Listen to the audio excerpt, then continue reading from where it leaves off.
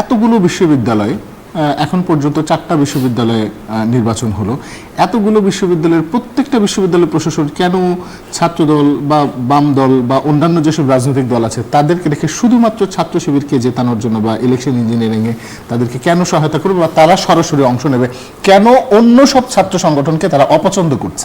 ICC কেন ইন্ডিয়াকে বেশি সহযোগিতা দেয় সারা বিশ্বের মানুষ বলে? এটা তো আপনারা জানেন যে আইসিসিতে কেন বলা হয় যে আইসিসি সবসময় ইন্ডিয়াকে সাপোর্ট দেয়।